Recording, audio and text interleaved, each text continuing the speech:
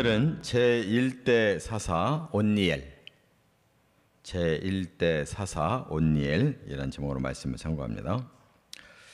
이제 온니엘이라고 하는 사람이 이스라엘의 첫 번째 사사가 된 내용을 말씀하고 있는데, 지금 우리가 읽고 있는 이 사사기는 그야말로 사사들이 주인공이 돼가지고 이 사사기 안에는 12명의 사사가 나옵니다. 그러나 여기에 끝나는 게 아니고 이제 사무엘 상으로 넘어가 보면 거기에도 또 사사가 또 나오는데, 엘리 제사장을 사사라고 그랬고, 또 사무엘이 아들 둘을 사사로 세웠다 그랬어요. 그러니까 이제 사무엘도 사사의 일을 한 거고, 그 아들 둘까지도 사사로 세웠었는데, 이제 백성들이 왕을 요구하니까 이제 왕정 시대로 넘어가게 됩니다. 그래서 적어도 이제 사사기에 12명, 사무엘 상에 4사람, 이렇게 사사로 활약했다 하는 걸 알 수가 있는데, 이 사사기 시대가 300년 이상 이제 지속되는데, 사사가 이렇게 계속 오게 된 것은, 이거는 이제 왕정 시대처럼 이렇게 계속 이어서 세습된 게 아니고, 띄워서 그 시대가 어려워지면 한 번씩 하나님이 성령 충만한 그런 사사를 보내서 그 시대를 구원해낸 거예요. 그리고 또 이 사사들을 가만히 보면 다 지파들이 달라요. 여기 온니엘이라고 하는 사사는 이제 유다 지파인데, 유다 지파가 여기 사사기 1장에도 보면 그 소개를 하고 있어요. 이제 전체는 정복했지만 부분적인 정복이 아직 안 됐을 때 누가 제일 먼저 올라갈 거냐, 거기에 유다 지파를 하나님 지목하시고, 그리고 그 중에서도 이제 갈렙, 그리고 갈렙의 조카이면서 사위가 된 이 온니엘이 이제 그 정복을 했다고 하는 내용이 1장에 소개됨으로써 이 사사 시대는 유다 지파가 제일 이제 영향력을 첫 번에 일으켰다는 걸 알 수가 있고, 그 일대 사사가 온니엘이다 그 말이에요. 이렇게 이제 사사 시대가 시작되는데, 이 똑같은 역사가 반복돼요. 하나님이 그렇게 경고했음에도 불구하고 이제 이스라엘이 가나안 땅에 정착하면서 여호와를 서서히 잊어버리고, 그리고 그 땅에 그 지배하고 있던 우상 바알과 아세라, 이 신들을 섬기기 시작해요. 왜냐하면 이 농산물을 풍성하게 축복하고 또 자손들을 아주 많이 번성하게 준다고 하는 이 신들을 이제 이스라엘 사람들이 우선 당장 그게 소원이니까 그걸 받아들여요. 그러고 나면 하나님이 진노를 하셔서 이제 벌을 주시는데, 이웃 주변의 나라들, 또 가나안 땅에 그 남겨져 있던 자들이 들고 일어나 가지고 강해지면 그들이 지배하는 거예요. 오늘 본문에도 보니까 이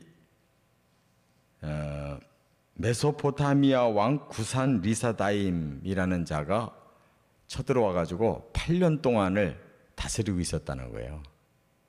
그래서 온니엘이 그들을 쳐부수고 40년을 나라를 안정시켰다, 그런 얘기가 나오거든요. 여기 구산 리사다임 왕은 메소포타미아 왕이라고 그랬어요. 메소포타미아라는 것은 지금 이라크 지역, 최초의 문명 발상지. 그러니까 지금 이스라엘 나라하고 많이 떨어져 있잖아요. 더구나 또 유다 지파는 더 남쪽에 있고 이스라엘 안에서도. 그런데 온니엘이 그 남쪽의 사람이 오히려 저 북쪽에 있는 그 나라가 쳐들어와 지배한 걸 물리쳤다 하는 걸 보면 그냥 가나안 땅 전체가 다 지배를 받았던 것 같아요. 그런데도 온니엘이 물리쳐가지고 나라를 구했다는 거예요. 그러니까 이 사사는 구원자를 예표하는 겁니다. 그 시대마다 어려워지면 구원자가 나타나요. 그래서 계속 반복되는 것이 타락하면 징계하고, 징계하면 또 회개하고, 회개하면 구원시키고, 이렇게 네 가지 사이클이 계속 사사시대에 반복되고 있어요. 그래서 오늘 본문에 이제 이 일대 사사의 역할을 이제 세 가지로 보여줍니다. 첫째는 7절부터 9절까지 보면 구원할 자, 사사가 해야 될 가장 중요한 일은 이제 그 억압 속에서 백성들이 막 부르짖어 기도하면 하나님이 사사를 보내는 것이에요. 하나님이 항상 지명하는 겁니다. 사람이 스스로 자기가 나서는 게 아니에요. 어떻게 나서느냐? 하나님이 지명하느냐? 그에게 성령으로 불러내시는 거예요. 그래서 목적은 구원하는 데 있는 거예요. 구원.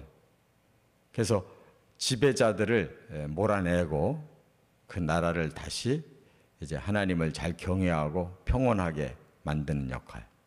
이게 사사의 역할이었어요.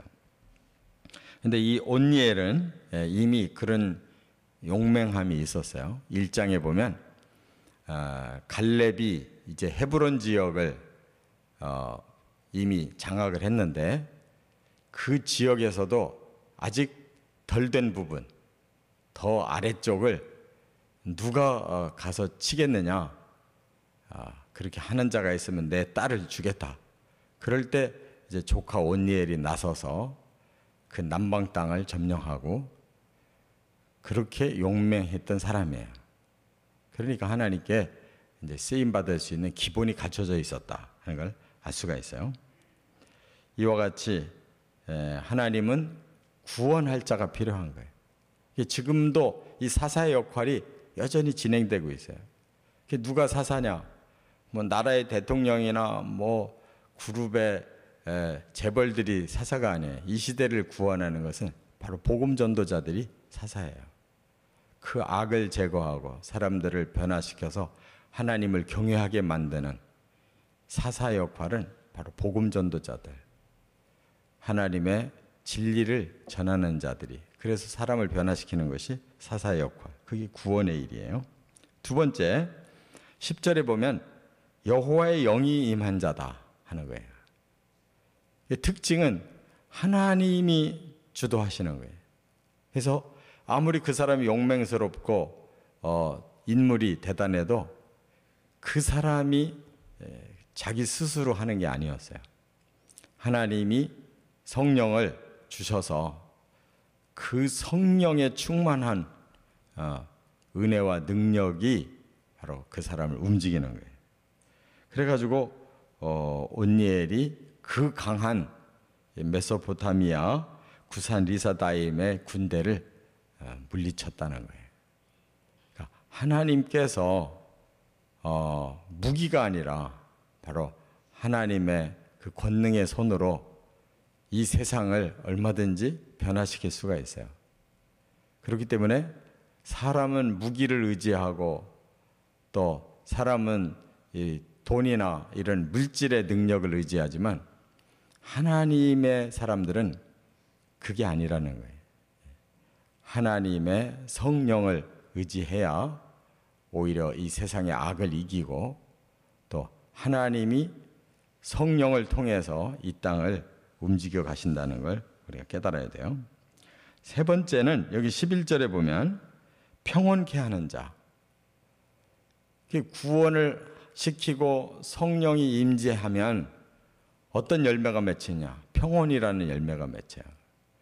그런데 지금 이 온니엘이라는 사람이 40년을 사는 동안 평온했다는 나라가. 그 말은 뭐예요? 바로 하나님의 사람, 성령이 임재하는 곳에 이 평온이 임하고 그런 사람이 없어지면 이 땅은 금방 분란이 일어나고 타락하게 되는 거예요. 그래서 이 평온은 하나님이 주시는 것이죠. 이 평온이 사람들의 마음에 임해 있어야 사람들 세계에 싸움이 없어지고 이렇게 평온한 삶을 살 수가 있고, 특별히 이러한 걸 주장할 수 있는 이런 온니엘과 같은 사사, 하나님의 뜻에 하나님의 성령으로 쓰임받는 자들이 있어야 그 땅이 참된 평온이 온다는 거 우리가 깨닫습니다. 이처럼 오늘 이 시대에 우리가 사사의 역할을 잘 감당하며 살아가는 성령 충만한 하나님 일꾼들 되시기를 주의 이름으로 축원합니다.